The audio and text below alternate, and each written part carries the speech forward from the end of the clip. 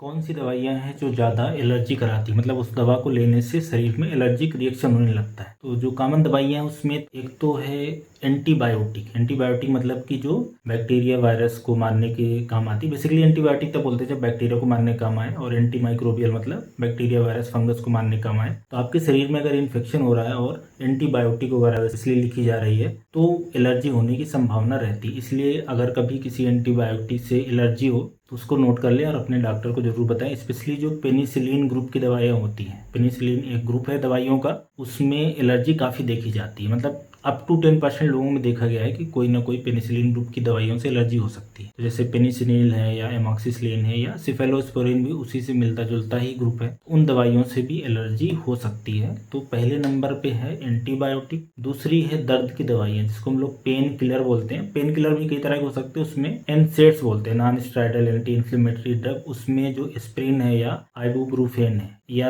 Diclofenac वगैरह, इनसे भी काफ़ी लोगों को एलर्जी होती है। तो दर्द की दवाइयाँ और एंटीबायोटिक प्रमुख दवाइयों में से है जो शरीर में एलर्जी कराता है। और इसके अलावा जो एनेस्थीसिया की दवाइयाँ होती है, स्पेशली चाहे स्किन में लगाना हो या इंजेक्शन के रूप में दिया जाए, इसलिए ऑपरेशन से पहले हमेशा ही एलर्जी की टेस्टिंग करी जाती है। तो उन दवाइयों से भी होता है। इसके अलावा जो कैंसर की दवाइयाँ, शरीर में जो अलग अलग तरह के कैंसर हो, चाहे फेफड़े का हो, ब्रेस्ट का हो, गर्भाशय का हो, उन सब कैंसर की जो दवाइयाँ वो भी एलर्जी करा सकती है। इसलिए उनकी भी कई बार टेस्टिंग करी जाती है।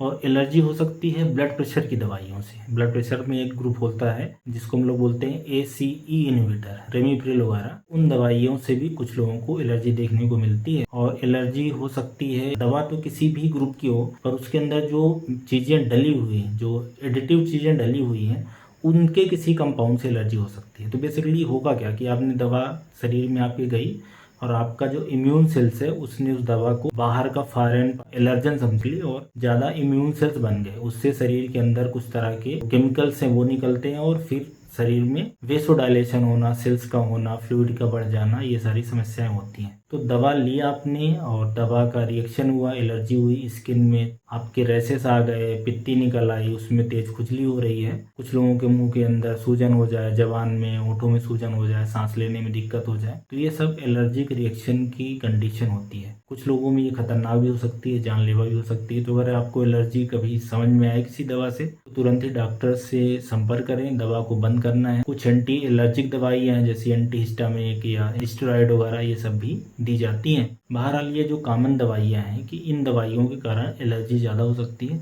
वैसे ब्लड प्रेशर की दवाइयाँ हैं या शुगर की दवाइयाँ हैं या कोई और तरह की दवाइयों से भी कुछ लोगों को हो सकती है। स्पेशली ऐसा भी देखा गया है कि जो मिर्गी की दवाइयाँ हैं, एपिलेप्सी की दवाइयाँ हैं, डिप्रेशन की दवाइयाँ हैं, मानसिक दवाइयाँ, उनसे भी काफ़ी लोगों को एलर्जी होती है। तो रहेगी, डॉक्टर को आप बताओगे, उस दवा को हटा के दूसरे तरह का कंपाउंड मालिक को लिखेंगे। और ये अगर आपको कभी दवा से एलर्जी हुई तो दवा के बारे में ज़रूर आप याद कर लें। हो सकता है फ्यूचर में भी सेम दवा से आपको एलर्जी रहेगी, तो आपके इलाज में वो इम्पोर्टेंट रहेगा जानना। बहरहाल ये जो कॉमन दवाइयाँ हैं जो एलर्जी कराती है उसके बारे में ये इन्फॉर्मेशन थी।